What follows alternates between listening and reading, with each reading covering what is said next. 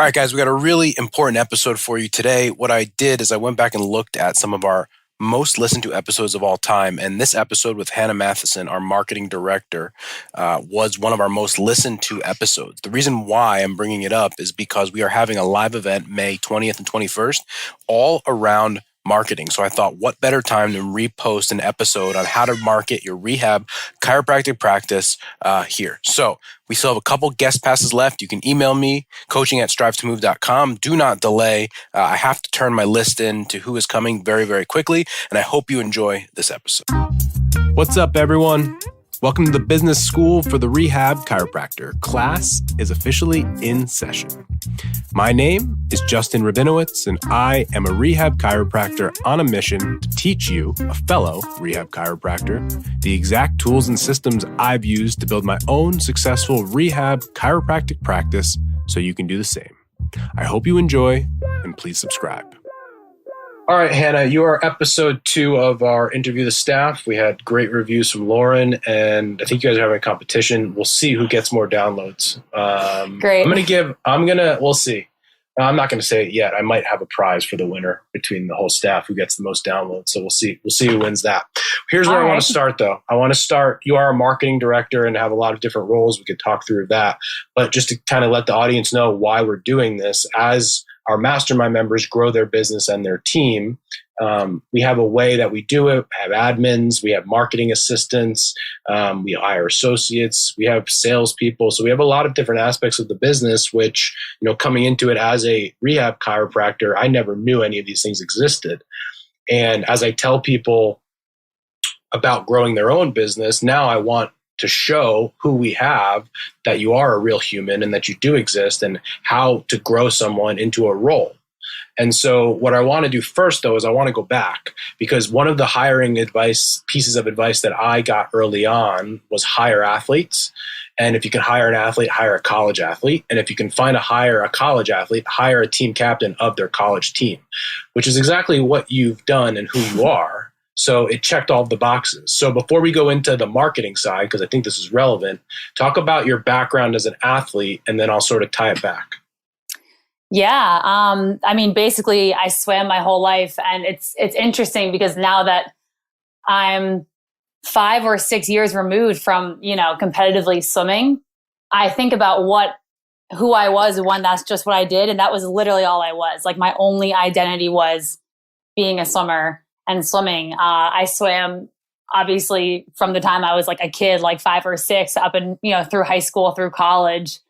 And that was my whole identity. That was it. And for me, though, there was an aspect of it that was most attractive when we were hiring you, was that you transferred colleges and then in a year became the team captain. And the reason why I bring that up is because you'll always hear me say when interviewing, don't tell me what you're going to do, show me what you've already done.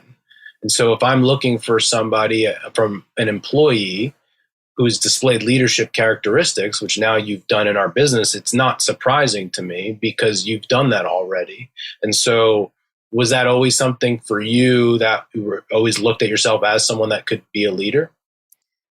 Yeah, that's also interesting, because I remember in high school, I did kind of feel that way. I was team captain of my high school team. I was just felt like I was always somebody that was in that type of position on both of my high school teams, my club and my high school. And then when I got to college and I started at Penn State, that's always who I was. And immediately I just lost that. And that was really the first time in my life where I didn't feel that way. And I kind of felt like a number. I didn't have an identity. I was just going through the motions, and it was rough. And I went through that for 2 years until I realized that I was either making a change or I was quitting. And I'm not really somebody that quits things. So that's when I looked to transfer. And when I found the team and the program and my coach at the University of Richmond, I was just so happy. And I was really just grateful to be there. And I had a whole nother outlook on the sport and my place there. And I respected what I had and what I'd been through. So I never really was like, I want to get back into being a leader. It wasn't like that. It was just, I'm so grateful to be here. Let's just go. Like, let's just do this. And I remember the moment in my junior year when I was talking to my coach, and he was like, you might be in a position of leadership next year. And I was like, oh shit, really? Like, how? Like, I was so shocked. And he was like, Basically I was like, well, what do I have to do now? Oh my gosh. And he was like, just do what you're doing. You just lead by example. That's it. And I was like, okay. So I didn't do anything differently. And I'll never forget getting that email that was like, Hannah Matheson, our team captain next year. I was like, wow, like I really can't believe that happened. And it was a vote from the athletes, my team members and the coaches. So I think that was just a really interesting thing to have gone through, because when I felt like I showed most leadership in my career, I had no idea it was happening. Yeah, no, I think it's great. And again, we're here on purpose, which I know we're talking marketing very quickly, but I think it's important because we're talking hiring, talking people. And I think one of the things in our profession, but especially as rehab chiropractors, that we are very devoid of is building teams and growing people.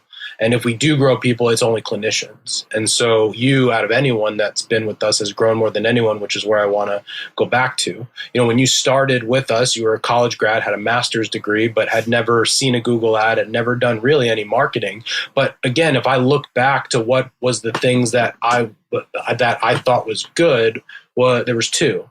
The first one was the leadership that we just talked about, but the second one was your ability to write. Because when we do our applications, which we talk about in our mastermind, there is a writing component before you ever get in the door. And so we have leadership capabilities. We knew that you would like do the right activities because you sent them in on time. We followed the instructions, and you were the best writer out of the whatever applications that we had.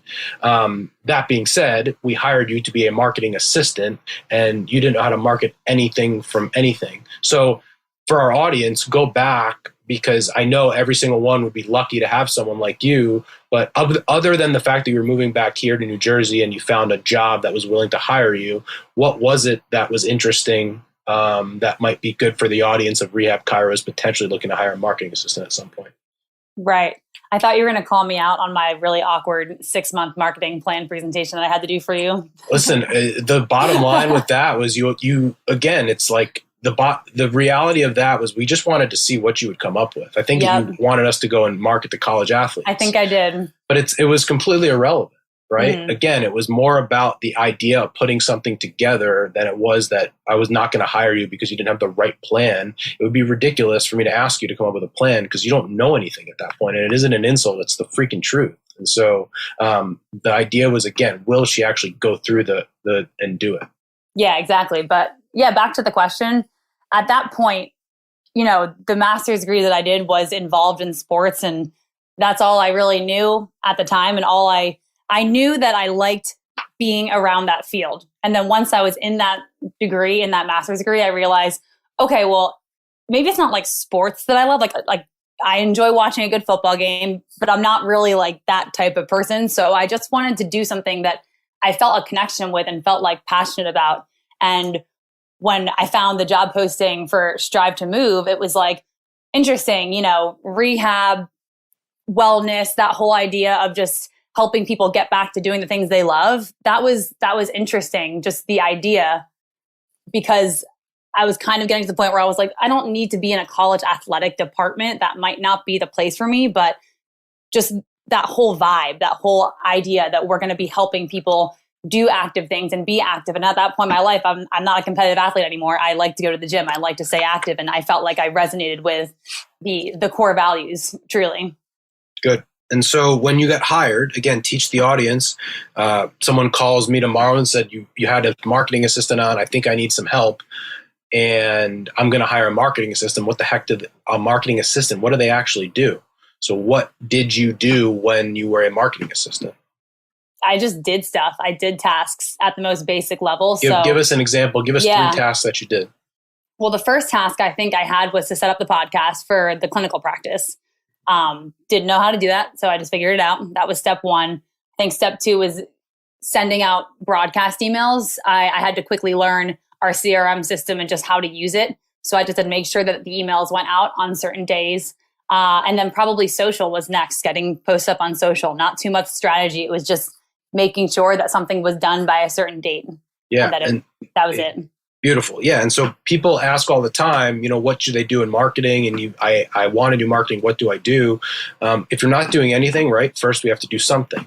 And so for me, being a solo practitioner with Lauren, who was an admin, who wasn't involved too much in marketing, in the beginning, the only thing that I wanted was just more volume of stuff. And so if I was sending one email out a week, could we send out 3? I really didn't care what they said. I just wanted to start to build the idea that that was what we were going to do. Can we set up a podcast and produce it ourselves? Well, first of all, it gives me an idea to see if you can actually learn how to teach yourself to do something, which you did. And then from there, we used it as a networking thing locally. So that was a positive. And then 3, it was social, right? Do we just get posts out? Do we record videos? And do we put more volume of content out than we had previously done?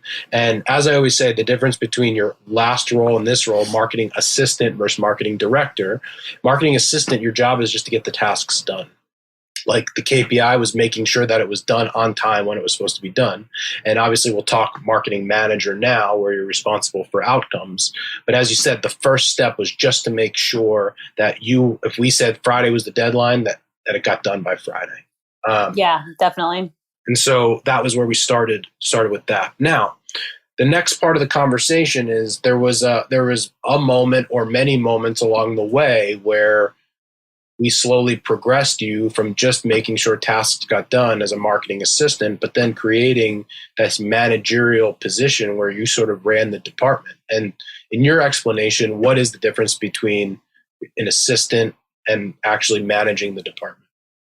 To keep it short, it was not being responsible for an outcome versus being responsible for an outcome. If things weren't going well in marketing at that point, would be you that we were looking at, because you were creating the plan, you were strategizing. But that was the switch that when things, if leads were low and events weren't on the schedule, that was now on me. Mm-hmm. Good. So marketing assistant versus marketing manager and director. And then the next part of this, as I've sort of learned and grew, and I've told you this before, my job as a leader now, I think in the business, is to continually grow the business so that people like you continue to have opportunities. Because the reality of our situation is if we just had Strive, we wouldn't be able to afford the level that you're at now. And you probably would be bored and would have been gone. So I guess, again, this is just an interesting question that the audience they're going to be in the position of hiring people.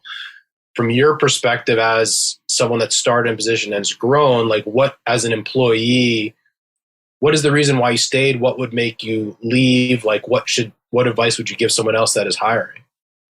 That's a good question. I mean, it's the opportunities that just keep presenting themselves, and they almost happen without me actively realizing it. But it's been like 3.5 years now, and I look back at what I was doing and what I'm doing now. And I would have literally never imagined that I'd be doing what I am now 3 years ago. So it just happened slowly, but it was really natural, if that makes sense. The chances, the opportunities, the growth, and even, to go back to the whole like leadership conversation with swimming, I was, a little bit out of my comfort zone in the beginning because I realized I was just doing things and I had to learn. And, we have high standards here and we have core values, and I wanted to make sure that I was able to, to fit the role and do what I had to do, even just off the bat. And I think kind of learning my way and getting to the point where I am now, where I feel so much ownership and pride and, sense of accountability in what I'm doing. That's what's 100% kept me here. And I just think it keeps growing. And I mean, literally the opportunities just keep presenting themselves. And I have no doubt that they're going to continue that way. And I think that, to me, I think it's always say, is it luck or is it skill? And it's always like, probably a combination of both, because it's two, right? Because of what I've done, I've created more opportunity. However, at the same time, if you sucked, you wouldn't have the opportunity. Like if the opportunity is presented and you can capitalize on it, it's a two-way street. And so if I did all the work and you were shit, like you wouldn't capitalize on the opportunity. If you were really good and I couldn't grow more than we currently have, then you would be gone. And so it has to be both. It has to be both. So I think that's an interesting point. So now we've progressed you. 2020 happens. As we know now, we've got 4 different businesses. You become the marketing director of all of our companies. And then we sort of fall into, doing Google ads and digital agency and all of this type of thing after a bunch of years of learning and training the hard way. So actually, this will be interesting. Talk about perseverance. Go back to when you first started and we tried to run. So It's like, what do they say? Like every good thing comes out of a bad situation. So when you started, one of the main tasks was to figure out Google ads for our business because we just could not crack the code. And I remember saying to you, I don't understand. We're like literally the only ones that I know that can't figure this out. So go back to that point of where we were with Google, and then you can kind of talk through the journey on that. Yeah, I mean, I remember that so well. I remember the first time looking at the dashboard, probably with you, and I was like, holy shit, like, okay. And we had resources. Obviously, the way that the Google Ads business has developed is because we have a very specific strategy and a very specific way of doing things, which is directly attributed to the success that we've had in it, but it took us a while to get there. So that's really just the one thing that we never gave up on. It was, even if it sucked and I was on calls with people like every week, just trying to figure it out, we would go down and see your colleagues at other practices who could do it. And I was just consuming so much information that potentially didn't make any sense at the time, but we were going to figure it out. And I think the biggest switch was, I don't want to say it was misinformation. We were just looking at things potentially not the way that we do now. Right. So we had that big switch in realizing that maybe the metrics that are going to equal success and actually a return on the back end aren't what we're currently looking at. And that was, I mean, it took us, that was right before COVID. I think it took us about 18. We were getting about four leads pre-COVID, and now we get at least 20 a month from Google Ads just for our one business, correct? Yeah, for sure. And so, but that was 18 months of time, money, effort, energy spent throwing at it to kind of get the right strategy down. And then we sort of fell into it organically where we, one person asked us for help, we helped them, and then they said somebody else, somebody else, and now we're off and on our way and created this little digital agency, so to speak, which, like you said before, we had no idea it was going to happen. But I think that's just a lesson on perseverance, keeping our head down, even when it felt like we should probably stop and do something else, but we just sort of kept persistent with it. And now you basically, you run that business pretty much solely at this point, with a team of interns and going in that direction. So let's kind of change directions a little bit. Good info on your background, and I'm sure you'll have a lot of questions on that, because I like diving into that, especially for our clients who want to potentially recreate and build what we have here. Right. You've had some really interesting opportunities and have spent time in many businesses. We've joked many times, and it's going to be a humble brag for you. You told your grandfather what you were doing, who was a Harvard MBA. And he's like, wow, Hannah, you're getting an MBA working here. And the reason why is because not only do you run Google Ads, not only do you do marketing for our companies, but one of the things, again, we sort of fell into is you've become a consultant now to go in and help other healthcare businesses to mainly, you go in trying to figure marketing out, but it's like I always say, it's like taking down a wall of a house, then you recognize how many other things potentially need to happen. And like Lauren, in a very similar capacity with a little different skill set, outside of treating a patient now, and I think for you, literally outside of treating a patient, understanding insurance, you could do anything else in the business. Yeah. And so let's start there. So you've had now experience, I think in your book of business, I calculated the other day, you manage over $15 million worth of companies, and you've consulted with businesses from zero now up to $2 million in revenue. So you go in and you work with their team and you see what their KPIs are. You do all of that stuff. So that being your background, give us some insights. Give the audience, what are the three things that you see, or one thing or two things from a successful business owner and outside of our practices that you've done and consult? What are three things that the audience needs to know that if they want to be successful, if they want to grow a practice, if they want to be cash-based, rehab, chiro, that they must do to be successful? Yeah. And I think before I even give that, it's interesting to note that at this point, even if you're big and you're not doing that, because potentially there are some of the businesses that I've worked with that got really big and, quote unquote successful by just putting their head down and grinding. But regardless, whether they're big and have 15 people on staff or just starting, the three things that I would probably recommend to be successful in marketing, one really just has to be to go. That, at this point, if you don't have any type of plan, strategy and execution aren't going to get you there. They're not going to be as important. So many business owners can get caught up in those details and how exactly should I reach out to this person? What exactly should my email say? And they can get stuck in that world. So I think number one is just to go and don't overthink things, whether you're big or you're small. If you don't have a plan, you just have to go. Number two would be, and this might be more relevant for the early business owner to starting out, is to build your list. And the best way to do that off the bat is going to be by networking. And I think for the people that are just starting off, you're almost at an advantage by being solo, because if you have a bigger staff, it can be easy to want to push somebody else to go out and do that work and go out and physically walk into people's businesses and meet other people. And we did that a little bit. I was the person at one point that was going out and meeting people, and it went okay. But through that trial and error, we can now, I feel like, confidently recommend that doctor is going to be the person that's going to cultivate that most organic, best relationship. So number two would be build your list. And that way, if you're starting out, it's definitely networking. And then number three would be to do the things that, even if you're small, to do them now, even if you think you're too small. And if I had to think of an actual tactical example, it would be emailing. I gave this example on the Marketing Monday call just the other day. I was like, I don't care if your list is 10 people.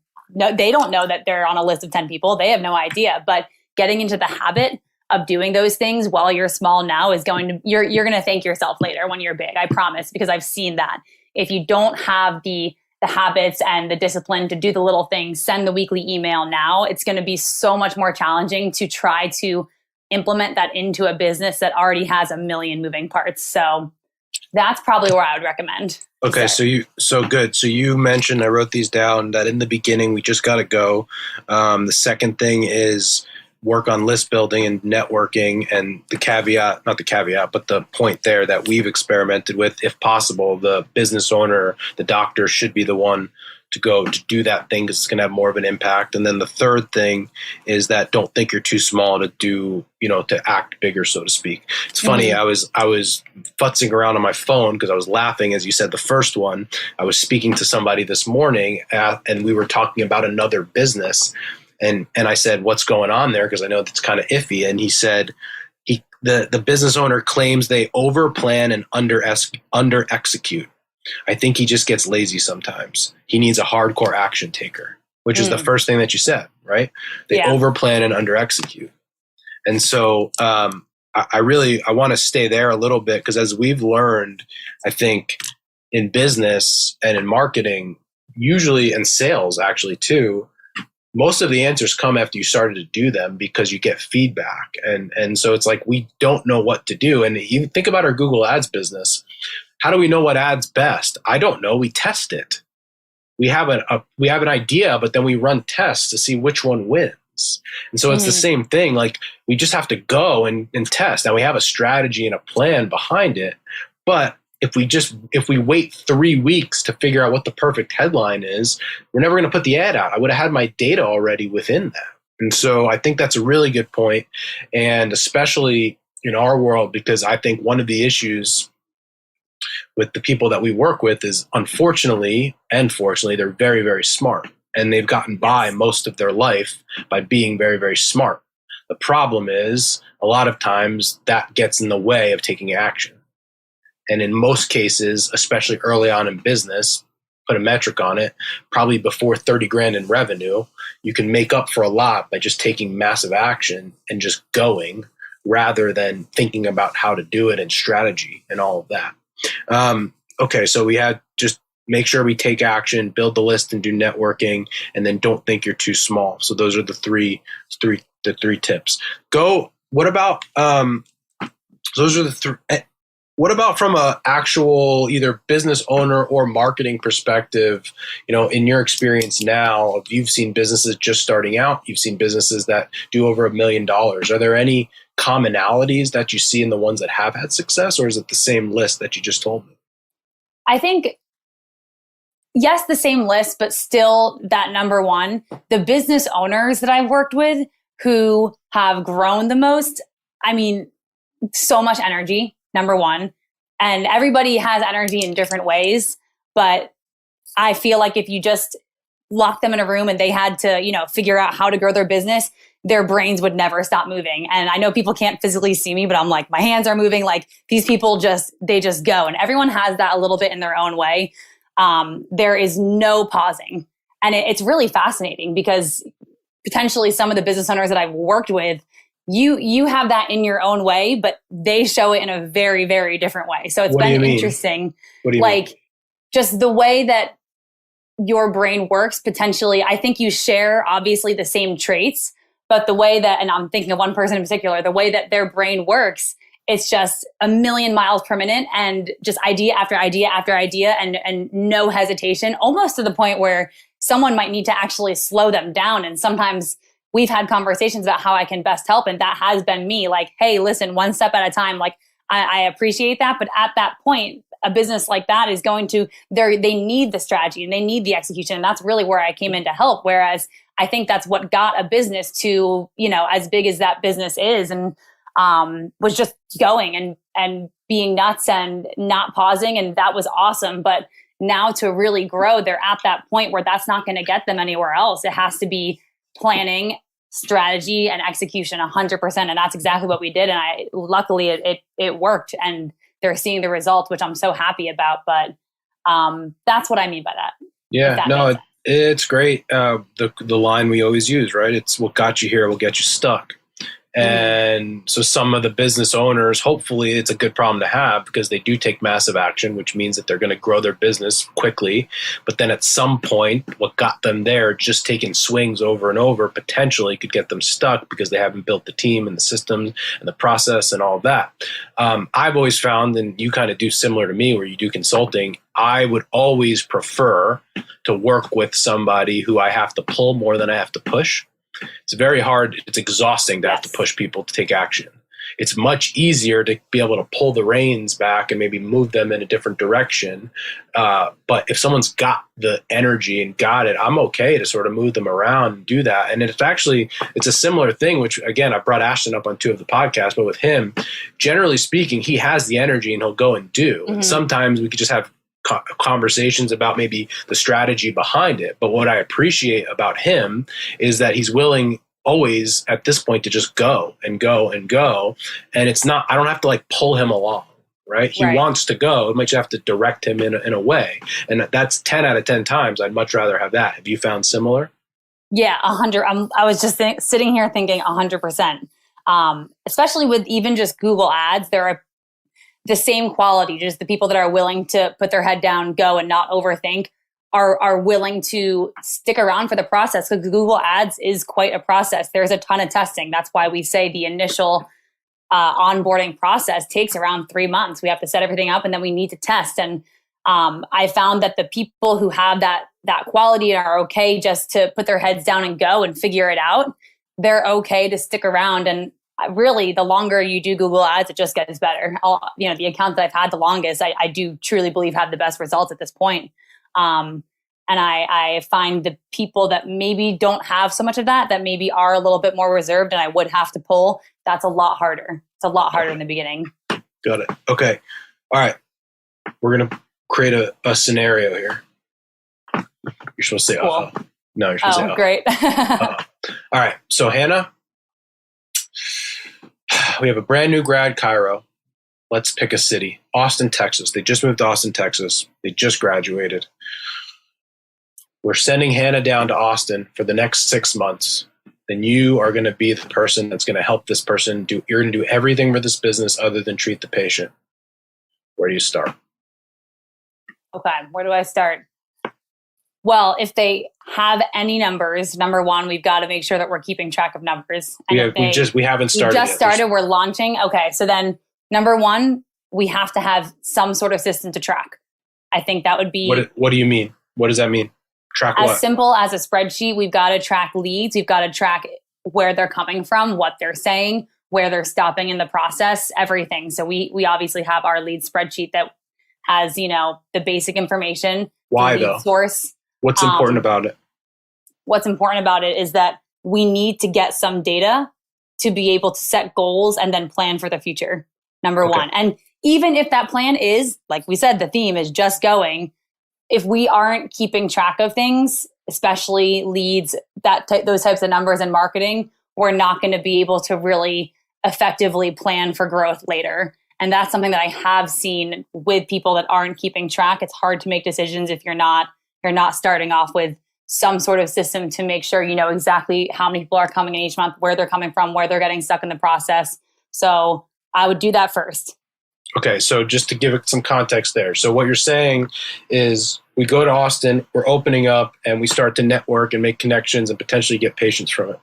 What we want to be able to do from the get-go is we want to be able to look at who is actually coming in, where they're being referred from, what type of patients they are, who's willing to spend money with us, who's our perfect patient.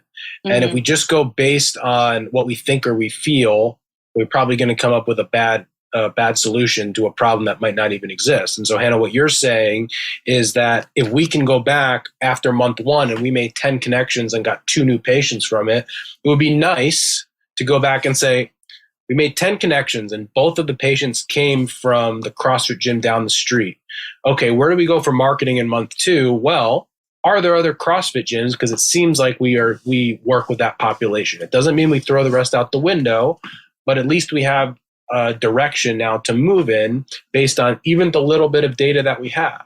And then we go back month 2, and the next month we get another patient, and this one's from a golf facility. Okay, so now there's a potential opportunity there. But I think what I talk to so many people about is they're like, I want to work hard, I want to put in the time, I'm willing to work hard, but I just kind of don't know where to start. And so when you start to track and give yourself some data, then it gives you a GPS on potentially what to pursue and create the niche or whatever that conversation is. And so the first step is tracking. Okay, what's next? What else would you do? I think aside from tracking and obviously going out, making the connections and just doing the things that you have to do to grow, which like we've said is networking, all that type of good stuff. Eventually what we want to do is set little goals so that there is growth potentially. I would look at someone, maybe the last 2 months we brought in 5 leads and maybe their conversion rates are awesome because they're really highly qualified referrals.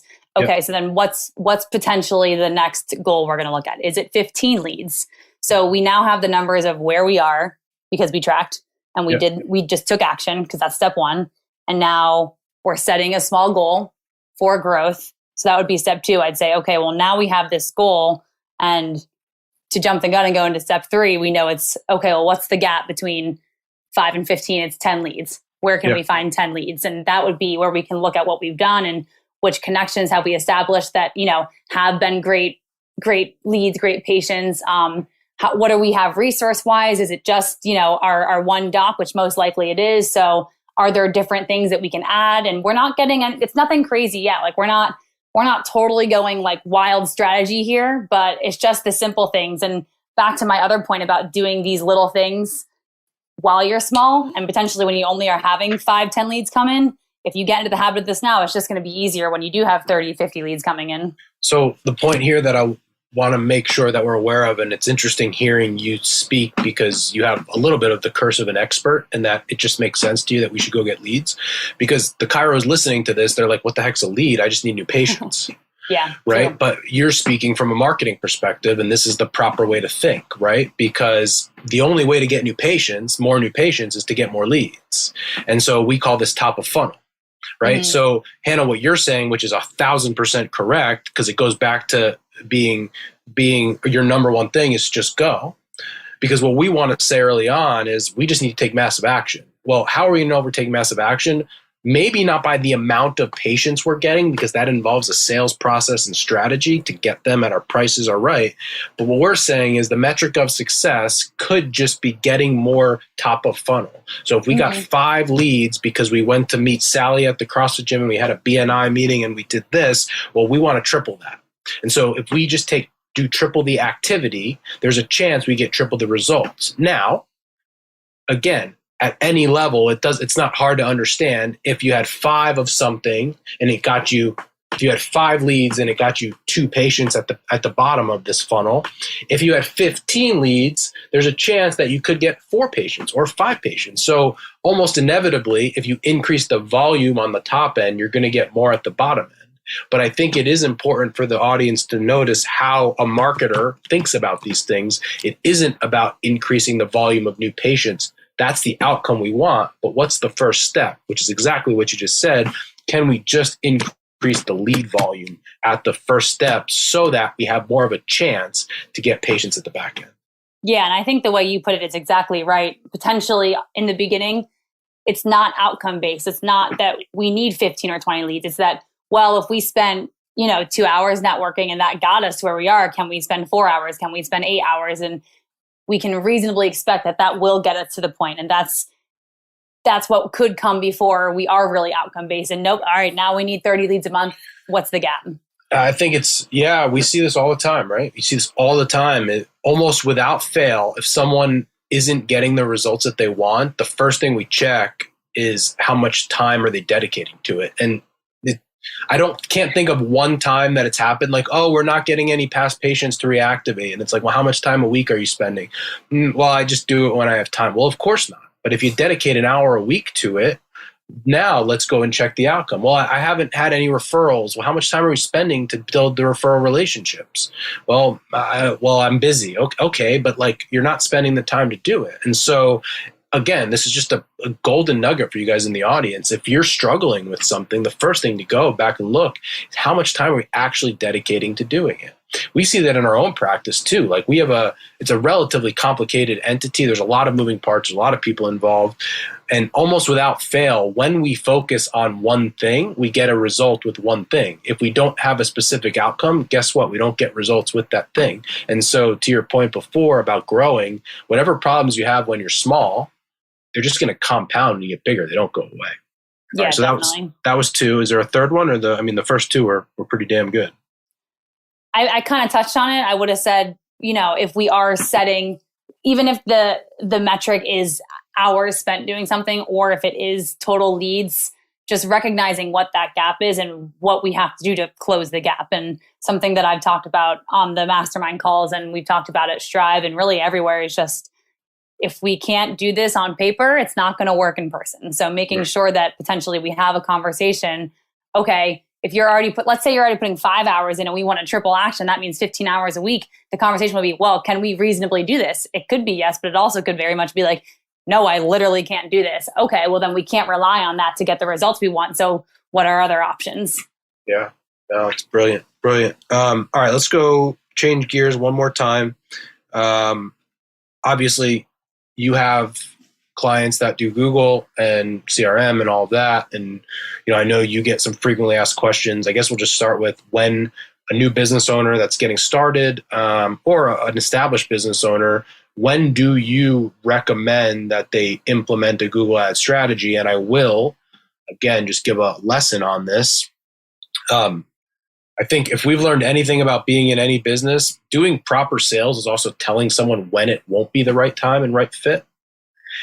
Because what we found is if we bring someone on to do something like Google and they don't have the things that you're about to talk about, you're not going to get the outcome. And then you're going to be pissed because you spent a lot of money, didn't get the results. And so when we truly tell you, we'll tell you if you're ready, we mean it, because to be honest with you, it's more of a headache on our end if you're not. So when would a business owner be ready to implement a Google ad strategy? Yeah, that's so true. And we've seen it now. So at this point where I'm able to talk to somebody and ask certain questions and almost be like, hey, listen, I know this is what you want, but I'm going to be totally honest and I'll tell you stories of people that didn't do this, and you're not going to get the results you want right now. So number one would be to have a CRM up and running with back-end systems. And for the audience, hold on, let's just we'll do that second, but just go into Google. Yeah. All right. So that's number one. We need to have our CRM. We've got to have some systems. Number two would be ideally to have an admin, because you're going to get more calls. You want to have someone that can dedicate the time to the phone for these types of leads. So let's again break this down, because we have a lot of solo docs that want to increase marketing and they want to run Google ads because they think, wow, this is great. I don't have to go out and do marketing in person because I don't have the time anymore. But it sounds like what you're saying is not so fast, because I'm going to make a mess for you because your phone's going to start to ring. You're going to have to follow up with people. And you just told me you don't have time already. So if you don't have another human to go and do this, it won't be worth it. Yes? Yeah. I would. That's number two, typically. And then the last part is based off of ad spend, based off of, what you have to do to get results, I'll typically say that you should be doing 15,000 a month in revenue. Minimum. Yes. Minimum. Before you invest in Google Ads to make it worth it. So I think two reasons for that. And again, correct me if I'm wrong. The first one is we have to have enough budget in Google Ads in order to see if it'll work. Like people that are spending, and we didn't know either, right? We've had clients, and it's not funny, it's not good or bad. They'll spend $5 a day. Well, why are you spending $5 a day? Because I don't have the budget. And it's like they run out in like 1 click or 2 clicks or 3 clicks. And at that point, you're wasting more time, money, and effort and energy to do it that way than the proper way. And so when we always come at it very honestly, like if you don't have the budget for it, then it's going to be more of a waste of your time and money to try and run it. And if you're not doing minimum 15 to 20 anyway, you just probably need to go back to step 1 of Hannah's list and just go and hustle more to build the revenue to that level so that you can implement that digital marketing strategy. And just for the audience, as we look at it, all in to hire us plus run Google Ads, it'll probably be all in roughly minimum $2,000 a month, right? Mm-hmm. And so we say 10% roughly, again, very rough estimates, things matter. 10% of your revenue should be marketing budget. And so again, just the math, right? If you're making 20 and you're spending 2 on Google Ads, then you're in the ballpark here. Now, 15, absolutely. Again, businesses that want to grow, they spend as if they are going to grow, which is what we did, but not everyone does that. That's why we say minimum 15, but if the more it is, the more you are doing it, the better off it is. The other thing that I'll say, which is interesting, in our Google Ads business, we do run it. We have majority of cash-based practices, but we do have probably 30% of in-network insurance practices. And your job is way easier. Like we actually like those clients better because we can do Google, we can run Google to more things for insurance and all of that. And so people that do have insurance-based practices, we've actually found it a little bit easier to help you than otherwise. All right, so let's go back. The first thing you said was CRM. Yeah, go into your spiel because most people don't know what that is. Why is it important and why do people need that before they can run an ad? Yeah, and CRM, I mean, those are the 3 things. I mean, especially the CRM and the admin are what you want to be very successful in Google Ads.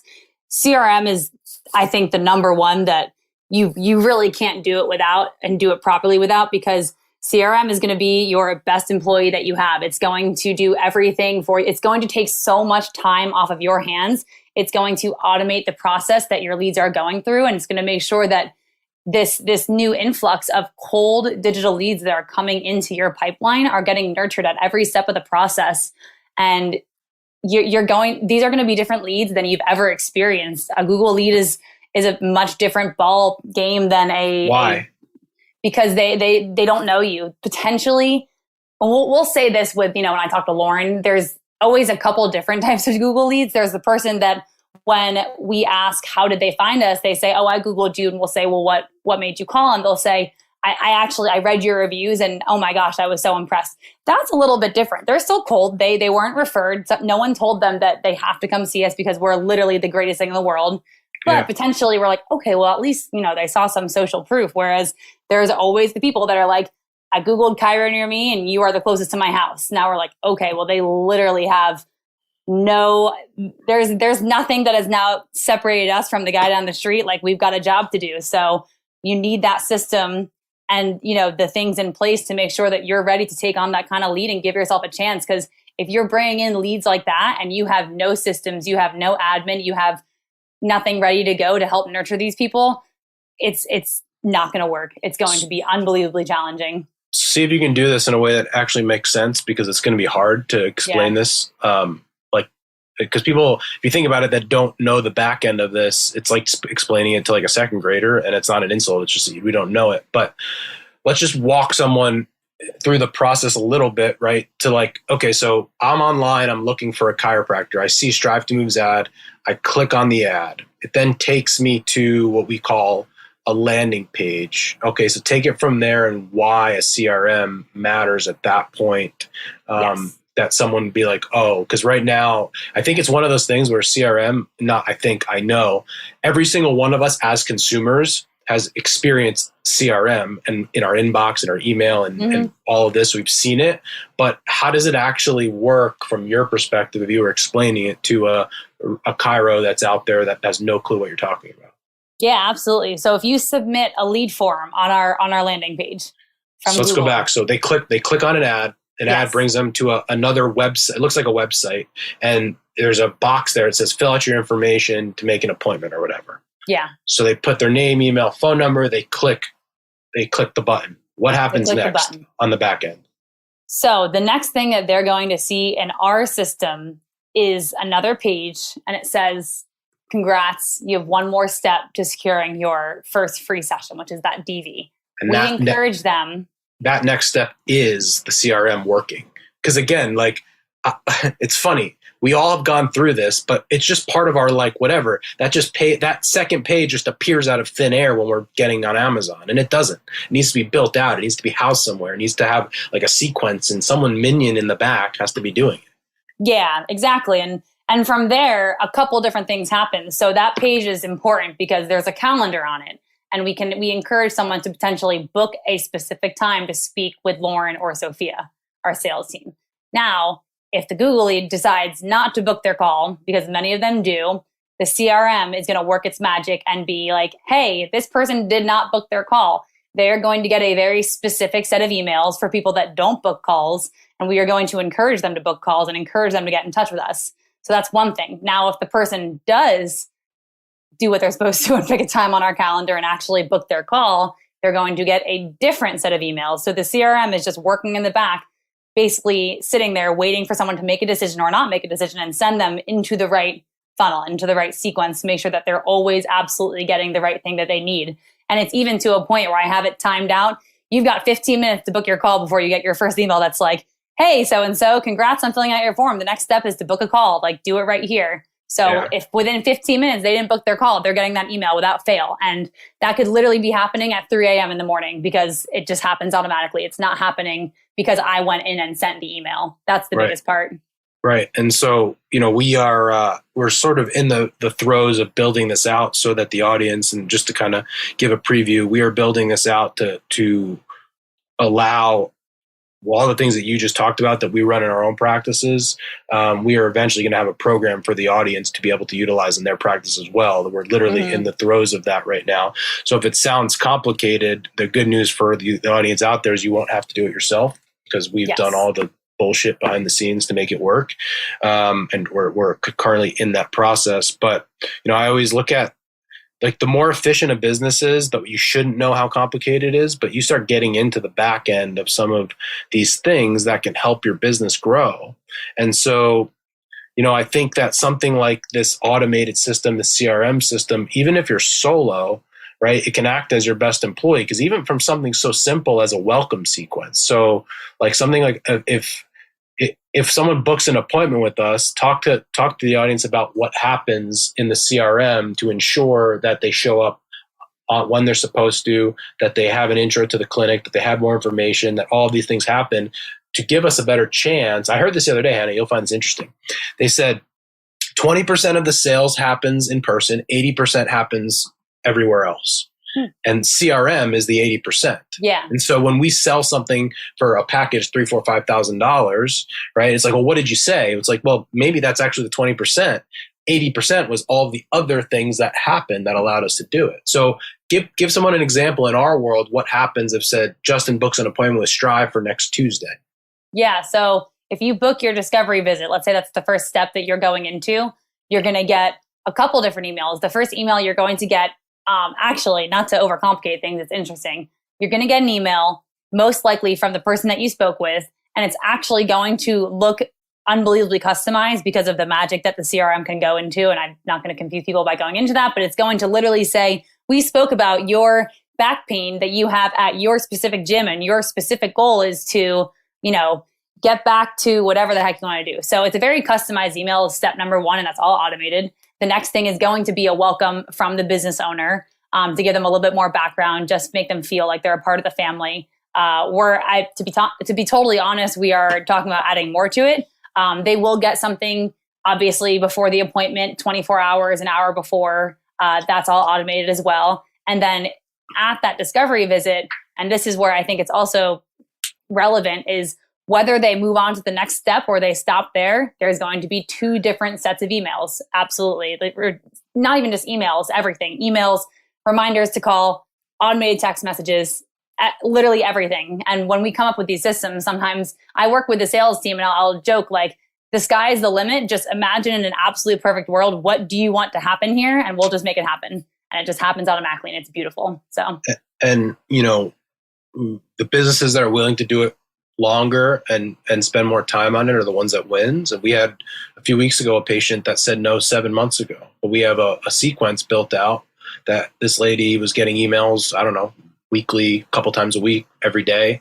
And eventually she responded to an email and then she was ready and she spent $4,000 with us. And so extrapolate that over the course of your business out there, over the course of the next 5, 10, 15, 20 years, done correctly, with this sort of automation, with this follow-up, with this nurture. The question isn't how much does it cost? The question is how much money are you losing if you're not doing it?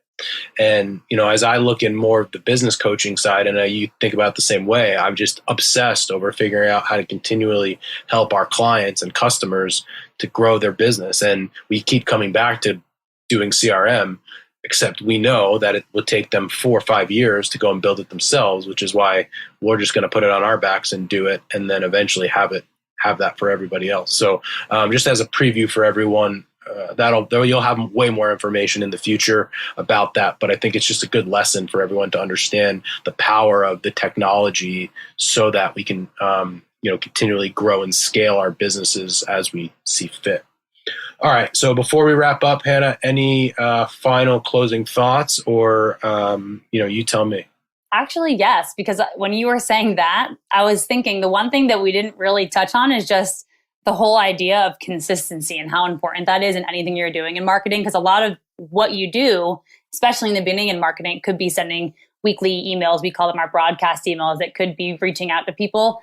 It's not going to be instantly gratifying. So if you're not consistent with it, it's never going to work. And that whole story about the patient who came into our world, actually, I think it was years ago, maybe a couple of years ago, she came, or I don't remember, whatever, but she came in and said no, or didn't come in there was something where one part of the process she stopped in, right? And I tell people that sending the weekly email, like, it's worth it, I promise. And sometimes I feel like I'm just almost like, just do it. The consistency, it works. And that was like the perfect example of what that does, the power of it, that potentially months, years in the making of her getting content from us, one finally resonated enough that she responded to, and she came in. And if I wasn't consistent with weekly emails and we didn't have the systems built out in our CRM system to make sure she was always getting content from us and always being nurtured, we would 100% not have gotten that patient. And consistency just works in every aspect of marketing and growing your marketing systems and growing that part of your business, for sure. Love it. Excellent. So I think for me, what the best thing I can say about you, Hannah, is some of my friends that have high 6-figure, 7-figure businesses often come to me and just ask if their employees can spend time around you just to learn from how you do things. And so I think it's unbelievable to see where you were and where you are now. You always had the tools, but I think it's like, potential is what it is. You had potential, but you capitalized on it. You go in and speak to multi-million-dollar business owners and they listen to you because you know your stuff, which is incredible. And I think you should be proud of everything that you've done and accomplished. And very similar to Lauren, and it's true, like, we are not here if not for what you've done and accomplished. There's no shot. There's no chance. And same thing I said with Lauren is the same thing I'll say with you. If people want to grow their business, go find Hannah. Just don't take her. Like, find someone like her. So I appreciate everything that you've done. It's so exciting to watch you grow, and exciting to see, to think about the potential in the future. And it's a pleasure to be able to work with you every single day. For our mastermind and non-mastermind members out there, part of our mastermind program, Mondays, 12 to 1, you act as their marketing director. So 12 to 1 every single Monday. If you're part of our program, you have access to Hannah and all of the things plus a whole lot more. And so if you're not a part of the program, it's worth its weight in gold to have Hannah on your team. So that would be my pitch to everybody out there. Hannah, I appreciate you, and you did amazing. And we'll see who gets more views and downloads. And depending on who wins, maybe there's a prize at the end. Awesome. Well, thank you. And I appreciate the opportunity for sure. Thank you so much for listening to this episode. And if you found this content valuable, here are 4 ways I can help you for free. 1, grab a copy of my free guide, the Rehab Chiropractors Checklist. You can get that at go.drjustinrabinowitz.com/guide. That's go.drjustinrabinowitz.com/guide. 2, go ahead and give me a follow on Instagram at Justin Rabinowitz, where I post business content. 3, subscribe to my weekly newsletter by sending me an email at coaching@strivetomove.com. And 4, leave us a 5-star review so we can gain access to more influential people and bring those lessons back to you.